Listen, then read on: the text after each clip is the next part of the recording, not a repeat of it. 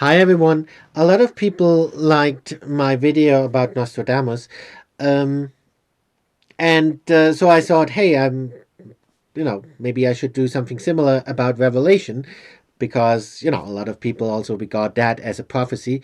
Well, actually, it says itself that it is a prophecy, that it is about the future. It actually says that itself at the beginning of it. Um, and I thought, hey, that's also really interesting. So maybe we can also go through that. And I always like to, look at the source material. I don't just want to give you an interpretation and not look at the source material. If I give you an interpretation, well, first off, I want to make clear that it's just my personal understanding of it, right? Not to be confused with the actual text. And then I also want to look at the actual text with you, so that you can see the actual text and come to your own understanding.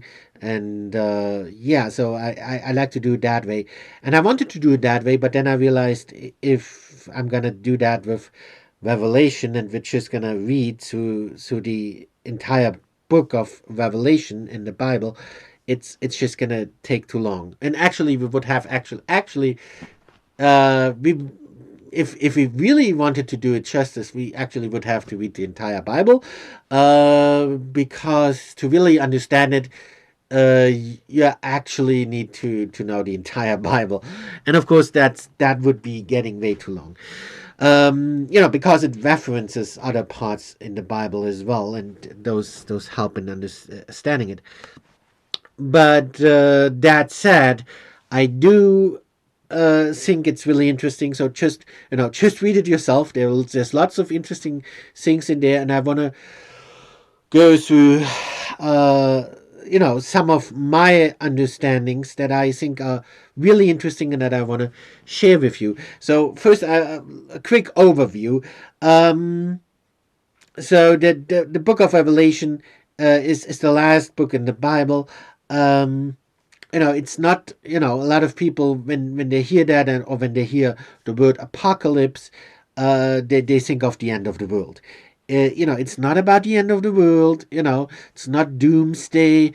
All apocalypse actually means, it's just that. It just means revelation. Uh, and it's basically a vision about the future that John received, and that then made up the book of Revelation. Um, and it starts out with him having a vision of Jesus, and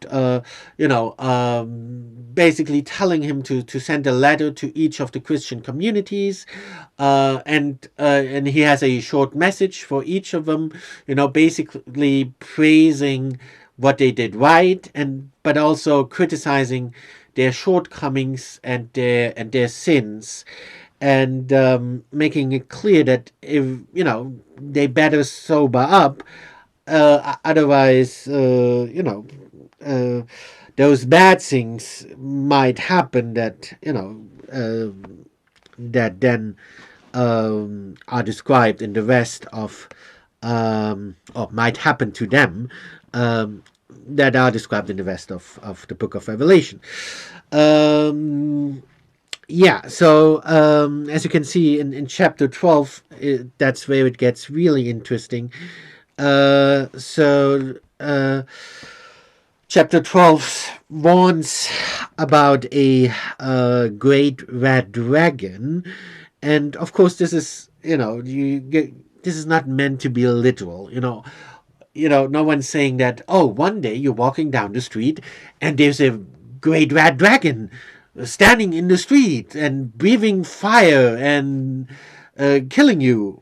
No, not like that. It's symbolical, it has to be symbolical, because if you assume that it really was a vision about the future, you know, and you can't just simply tell people what's going to happen. If you tell people directly what's going to happen in a way that everyone can understand, not in symbolism but in plain language, then everyone is gonna know. Oh, so this calamity is gonna happen, and we have to do this and that to avoid it. And yeah, well, but then it's not gonna happen, is it? So it wouldn't be much of a prediction, then, would it? And also, it's not like John had a time machine, and he didn't have a TARDIS. But then how can he know the future? Well, of course, you have to actually believe it in order to believe it. And if you don't believe it, you don't believe it. And then, there's no point in, in even looking at it, right? So the prerequisite is that you believe that John really had a vision about the future of maybe, from God or from Jesus or from a divine being. And how would they know? Do the angels have a time machine? No, they don't have a time machine either. So how can they know the future? The reason they know the future is obviously because there is a divine plan. And then you might ask, well, why does God allow calamities to happen? Why doesn't He just not arrange calamities or warn people about the calamities? Well, He is warning people about the calamities, but conversely, He can't warn people about it too directly, because if He does that, then everyone is going to avoid the calamity. And obviously, there's a reason why that calamity happens. And it's not because God is mean and wants to punish people. It actually explains this right here. When it says, he who leads into captivity shall go into captivity. He who kills with the sword must be killed with the sword. Here is the patience and the faith of the saints. So first off, this passage was actually mistranslated by Martin Luther. That's how you pronounce his name, because he was German. Martin Luther, that's a correct pronunciation. So he mistranslated that, but this is the correct translation. So, but if you have a translation that is based on Martin Luther's German translation from the 1500s around, then it's going to have the same translation mistake Martin Luther made. And then it's going to say, basically, the way he translated it, it says, if you're going into captivity, then that was supposed to happen. And if someone kills you, then that was supposed to happen. It sounds very mean, and it's actually not what it says. It's because he mistranslated it. Actually, it's the other way around. It wants people, not to kill, not to imprison others, because if you imprison others, then the same thing will happen to you. It's basically karma. It's the same concept, really, and you can find that a lot in the New Testament. Of course, they don't call it by the same name, but it really is the same concept. The entire New Testament, over and over again, warns that if you do something bad, then a similar bad thing is going to happen to you. And if you do something good, then a similar good thing is going to happen to you. Right? That's the concept.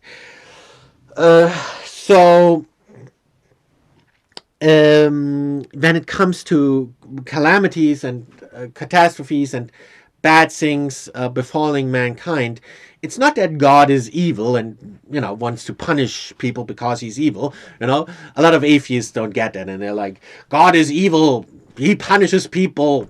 No, of course there's a divine plan that might actually include calamities as well, but it's not because God is evil. It's because it's a consequence of people having sinned, right? And it also only befalls those people with too much sin, basically. And of course also God is warning people. God is warning people not to commit sin. So and then those calamities won't affect the people who have done good, who haven't sinned and who helped others. They might be able to understand God's warning, because obviously he is warning people about those calamities. That's the whole point of those visions and the whole point of those prophecies and so on. But it's using symbolism. So of course not everyone is going to be able to understand it, and only those people who are good people and who don't sin are gonna be able to escape those calamities. That's the basic principle. And if you don't believe in that, then you don't have to, then obviously you wouldn't even be interested in reading the Bible, or at least not in reading the book of Revelation. Um, and so automatically, those people who don't believe in it, and those people who don't have faith, automatically they're not gonna believe it, and automatically they're also not gonna understand the warning, then, are they? So yeah, I guess that's why it has to be. Um, that's why any prediction about the future has to use symbolism rather than just plainly tell you what's gonna happen. Also, if of course, it's not time travel, but from a time travel aspect, that also wouldn't work, right? If you knew the future and knew something is gonna happen, and you just plainly tell people, hey, this is gonna happen, then people will try to avoid that bad thing you're warning them about, right? And then and then, yeah, well, then you no longer predicted the future because the future has been changed, then, right? The timeline has been changed. But here it's not about it's not about time travel, it's not about a timeline, it's about basically a divine arrangement. And yeah, so uh what are some of the things? This part I'm gonna read because this is interesting, and there's lots of interpretations about that.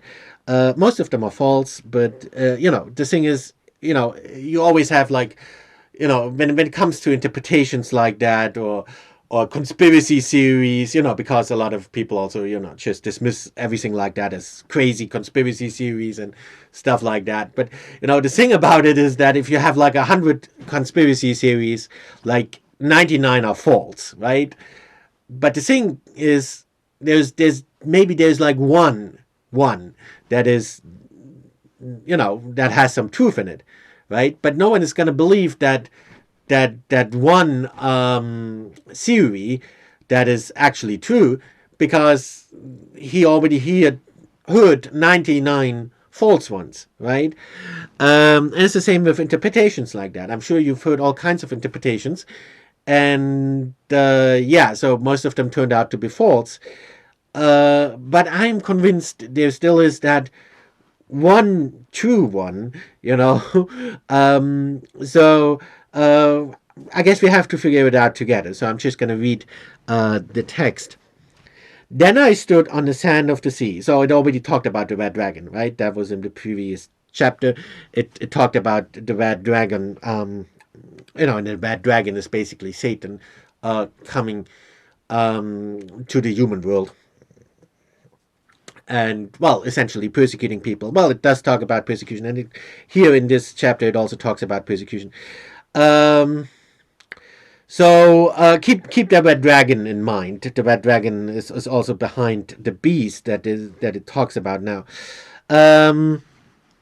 Then I stood on the sand of the sea, and I saw a beast rising up out of the sea, having 7 heads and 10 horns.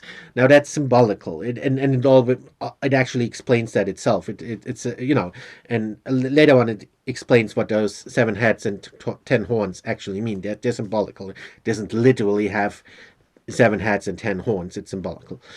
On his horns 10 crowns, and on his heads a blasphemous name. Now the beast which I saw was like a leopard. Leopard, how do you pronounce that? Leopard. That's important. I'll come back to that later. Again, this is symbolical. It's not an actual leopard. It's symbolical. So, and it even says that. It doesn't say, oh, there's a leopard. It says it was like a leopard. It looked like a leopard. It looked similar to a leopard. It wasn't, we're not talking about an actual leopard. It's symbolical, The beast which I saw was like a leopard. It wasn't actually a leopard, it just looked like a leopard. His feet were like the feet of a bear, and his mouth like the mouth of a lion. The dragon gave him his power, his throne, and great authority. And I saw one of, and again, this is important, and I saw one of his heads as if it had been mortally wounded, and his deadly wound was healed. And all the world marveled and followed the beast. So they worshipped the dragon, who gave authority to the beast, and they worshipped the beast, saying, "Who is like the beast, who is able to make war with him?" And he was given a mouth speaking great things and blasphemies, and he was given authority to continue for 42 months. Then he opened his mouth in blasphemy against God, to blaspheme his name and his tabernacle and those who dwell in heaven. It was granted to him to make war with the saints and to overcome them, and authority was given over every tribe. Authority was given him over every tribe, tongue, and nation. All who dwell on the earth will worship him, whose names have not been written in the book of life of the Lamb slain from the foundation of the world. If anyone has an ear, let him hear. He who leads into captivity shall go into captivity. He who kills with the sword must be killed with the sword. Here is the patience and the faith of the saints. Then I saw another beast coming up out of the earth, and he had two horns like a lamb, and spoke like a dragon. And he exercises all of the authority of the first beast in his presence, and causes the earth and those who dwell in it to worship the first beast, whose deadly wound was healed. He performs great signs, so that he even makes fire come down from heaven on the earth in the sight of man, and he deceives those who dwell on the earth by those signs which he was granted to do in the sight of the beast, telling those who dwell on the earth to make an image to the beast who was wounded by the sword and lived. He was granted power to give breath to the image of the beast, that the image of the beast should both speak and cause as many as would not worship the image of the beast to be killed. He causes all, both small and great, rich and poor, free and slave, to receive a mark on their right hand or on their foreheads, and that no one may buy or sell except one who has the mark or the name of the beast or the number of his name. So either the number, the mark, or the name of the beast. Well, the mark. Is this the correct translation? Because, mark, yeah. But I read some other translations that also translated mark as, a symbol or sign. So it's a sort of sign, or a logo, so to say, or a name or a number. So it can be either of these things, or any of these things. Here is wisdom. Let him who has understanding calculate the number of the beast, for it is the number of a man. His number is 666. Okay, so to understand this, you need some basic knowledge about how ancient languages worked. So the New Testament was, basically written by Jews, right? So their language was Hebrew, or at least, a lot of Jews would, of course, be familiar with Hebrew. So they spoke Hebrew. The people who wrote the New Testament spoke Hebrew. But Hebrew was not the language they wrote it in. They wrote it in Greek. So it's people who speak Hebrew writing in Greek. And of course, they were occupied by the Romans. Why is this important? Because you have to understand this to understand the meaning here. See, all these languages, Hebrew, Greek I don't know, but with Greek it sort of works as well, and I'll show you an example in a second. And Latin, of course. People are familiar with Latin, so I'll give you an example of using Latin, so it will become apparent. all the, or not all, but most of the ancient languages don't had don't have numbers. So how do they count then? Well, it's like with Roman numerals. They don't have separate symbols for the numbers, but of course, they do have numbers. It's just that the numbers are represented by letters. Like in Latin. Um, so they just use the normal letters of the alphabet to represent numbers. That's how the Roman numerals work, right? You're familiar with those, so that's the concept, right? And it's the same with Hebrew. And I don't know Greek, but it also works with Greek, and I'll give you an example of that. So you have to keep that in mind. So the languages they used didn't have separate symbols for numbers. And that's why you can have a number for a name, right? Now it makes sense, because, well, most people interpret it, as referring to Nero. Why would this refer to Nero? Well, because that's the number of his name, right? That's what it talks about, the number of the name. Well, how can you arrive at a number from a name? Well, like I said, in I think it is it Hebrew, or well, in one of those ancient languages, right?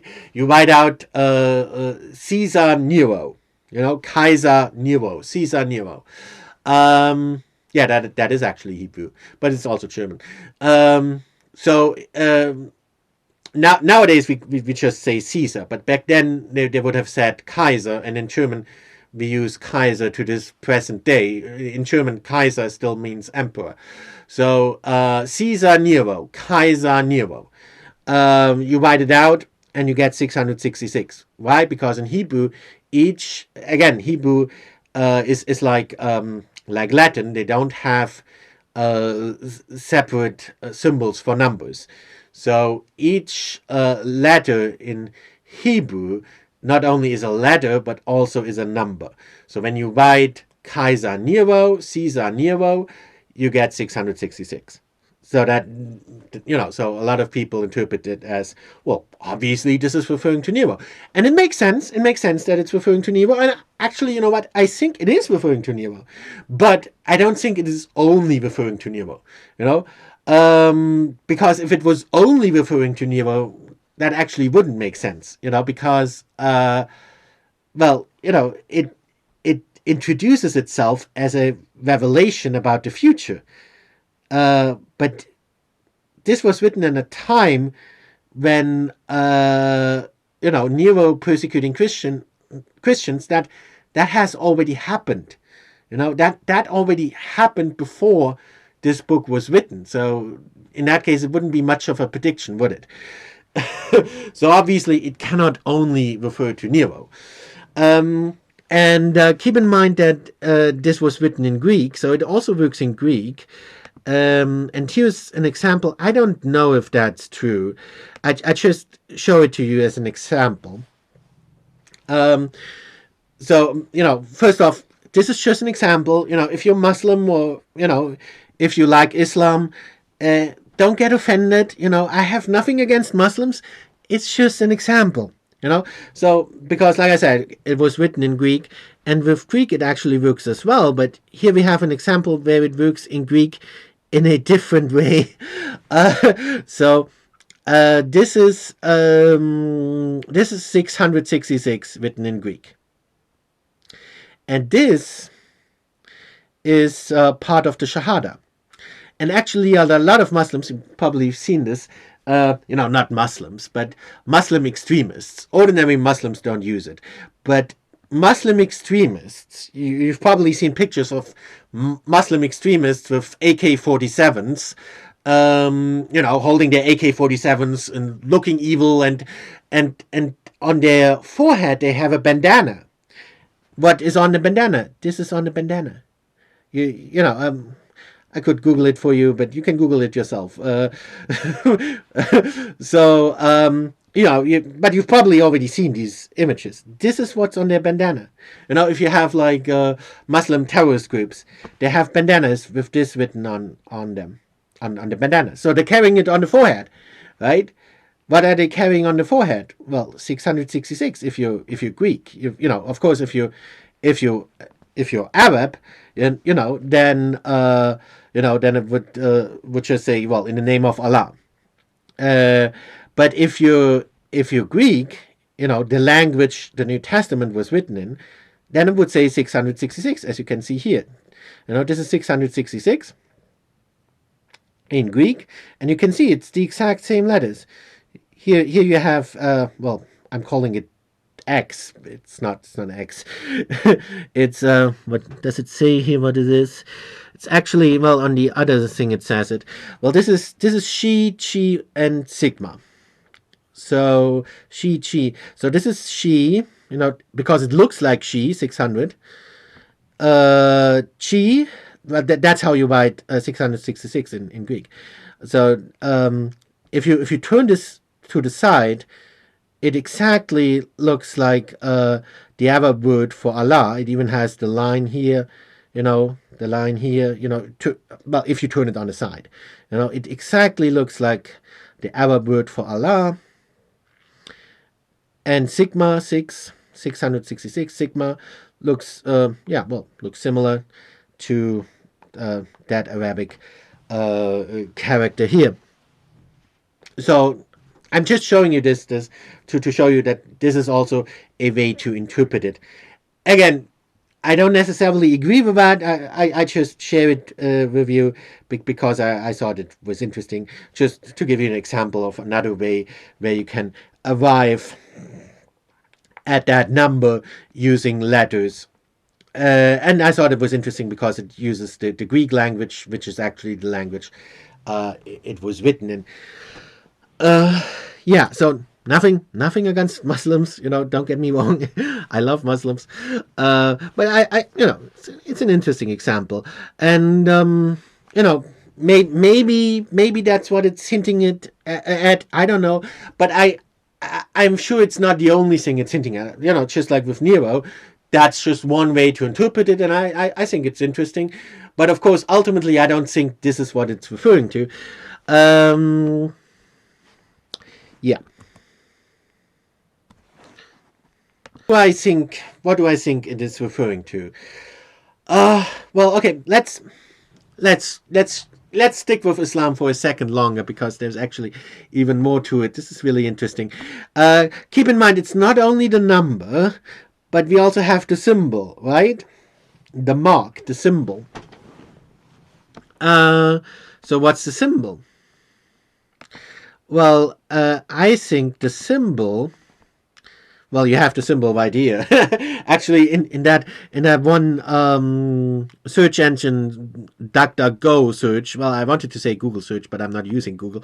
So, in my DuckDuckGo search for 666 in referring to Islam, I actually already got the symbol of the beast. This is the symbol of the beast.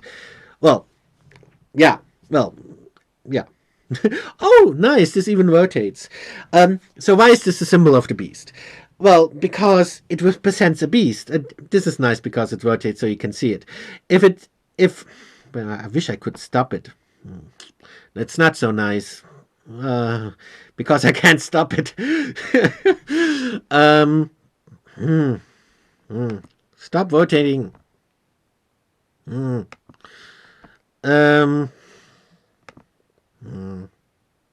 Oh yeah, I think it. No, it just stopped because my computer is so slow. So if the pointy thing is pointing downwards, it looks like a beast. I gotta do this with one that is stationary. Let's just search for mark of the beast so that you can see that I'm not making that up.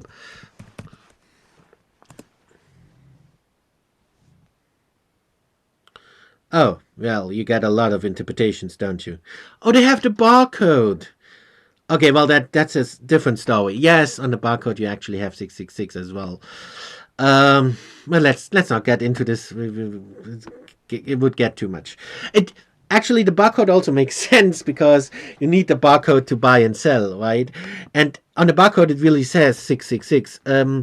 Because see, the barcode works by encoding numbers um, well into those lines there, and depending on the thickness of the lines, it's one dimensional, right? So it only depends on the thickness of the lines, so depending on how on how thick each line is, and how far the lines are away from each other, it represents different numbers. So it's always two lines that make up one number. And yeah, and you can see all the numbers here. And this is 6. Here you can see that it's just two small, two thin lines together in that distance. Two thin lines together like that is 6. So, and it's probably a bit difficult to see because here you actually have two sixes um, together, because this thing in the middle is also a 6. But why is this thing in the middle on the barcode? Because the thing on the middle is actually always there, and it's a 6, and you always have that 6 there. But it's not actually part of the barcode. It's just that on every barcode they always include 666. You can see it at the beginning. Here's a 6 that's not actually a part of the actual numbers of the rest of the barcode. You always have a 6 at the beginning, you always have a 6 in the middle, and you always have a 6 at the end. In every barcode, look at it. And usually those 6s are longer than the other 6s, so you can differentiate them from the normal numbers. Why is it in there? There's no need to include, well, maybe, as some kind of separator, but why would you use 3 6s as a separator, except if you wanted to, play a joke and actually include 666 in there? So I'm sure this was done intentional, probably as a joke, but I find it still interesting because it actually, it actually also fits in it, because you don't actually have a barcode on your forehead normally, but you need a barcode to buy and sell, so it fits as well. But this is not what I wanted to talk about. Okay, maybe we have to do symbol of the beast or sign of the beast. Let's try sign of the beast. So many interpretations. Yeah. Oh yeah, here you have that again, what I talked about. Hmm.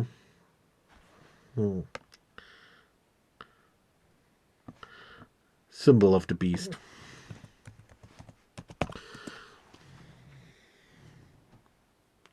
What is that? All kinds of stuff coming up here. I just meant, well, yeah, this is what I meant. Here we have it. Finally. Oh yeah, maybe a little smaller. I can still see it. Oh, okay, use that. Okay, so I just mean the 5-pointed star. Well, a pentagram or whatever you call it. So if the pointy thingy is pointing down, then as you can see nicely in this illustration here, it looks like a beast. Here you have the 2 horns, and there you have whatever those are, those horns that go to the side, or the beard or whatever it's supposed to be, and then you have the beard at the bottom. So it looks like a beast if you rotate it that way. And if you rotate it the other way, it looks like a man. Wish this was bigger. Let's just search for this.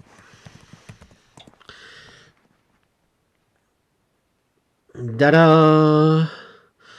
Yeah. So in this position, it looks like a man. Yeah, with a lot of imagination.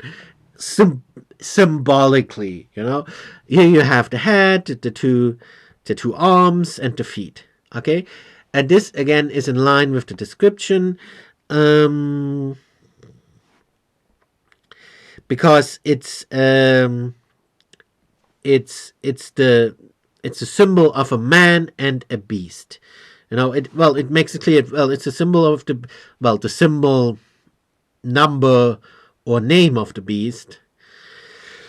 And here it makes clear that it's the number of a man. So obviously the symbol would also be the symbol of a man. So it must be a symbol that symbolizes both a man and a beast, and that fits perfectly with the pentagram, with this symbol here. Why do I talk about this?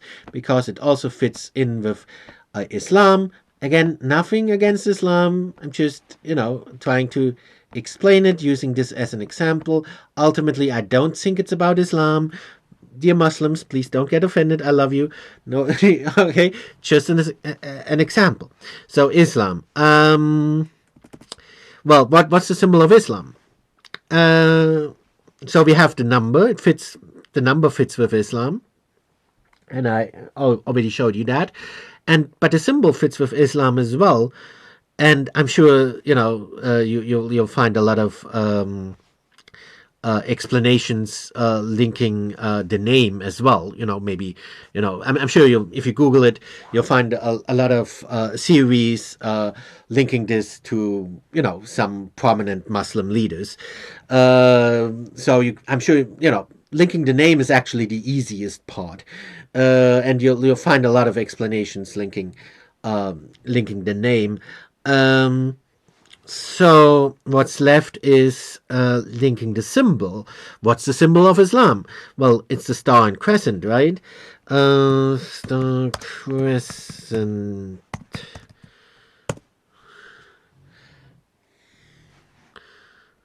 And of course, the star and crescent, well, the star in the star and crescent, again, is a 5-pointed star. Who made that with the Star of David? It's not the Star of David. This is wrong. Yeah. So this is the symbol of Islam. Yeah.